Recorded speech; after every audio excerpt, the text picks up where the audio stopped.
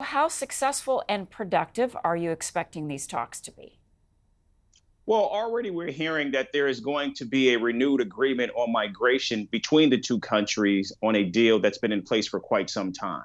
We know that both of the leaders have a great synergy between the two. And while there are many issues certainly on the docket, we know that there is a strong and long held relationship between the two leaders. So it's expected that there will be many forms of common ground that the two nations and two leaders will meet. The question, of course, is can they get through all of it while the president is in town? Right, in 27 hours.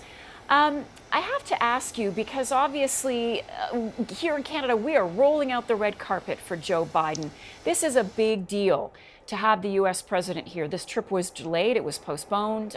He wanted to come earlier, but because of COVID-19, he could not. So here we are. The U.S. president is here. And I'm wondering, Eric, how big of a deal is it for the Americans to have Joe Biden here meeting with our Canadian Prime Minister? I hate to say this, but it's not that big a deal at all. Many people do not see a threat coming from our northern neighbor or from the US Canada border. Many in Washington and across the country believe that the biggest threat to the United States comes from the southern border, and US relations between Mexico and the United States right now are very tense.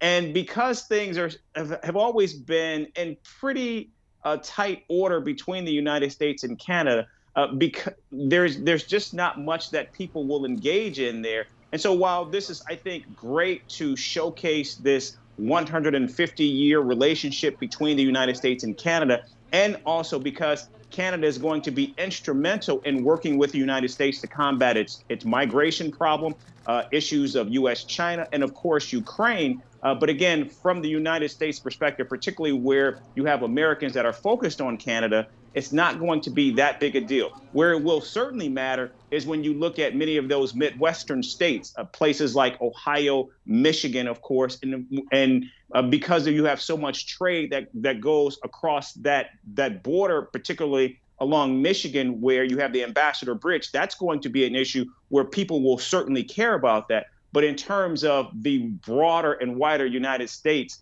many have pretty much taken for granted this long-held relationship between these two nations. What do you think we'll hear from Biden when he addresses Canadian Parliament later today? I think the president will speak of the glowing nature of the relationship. I think also too President Biden will align himself, both himself and Prime Minister Trudeau, as bulwarks for democracy, particularly attempting to try to head off fascism and the rise of autocracy, particularly as we have just seen recently from the summit between President Xi and President Putin in Moscow. And I think also we're going to hear the president talk about the warm relationship between the two nations as well. Eric, thank you so much, and thanks for your honesty. I appreciate that. We'll see you again soon.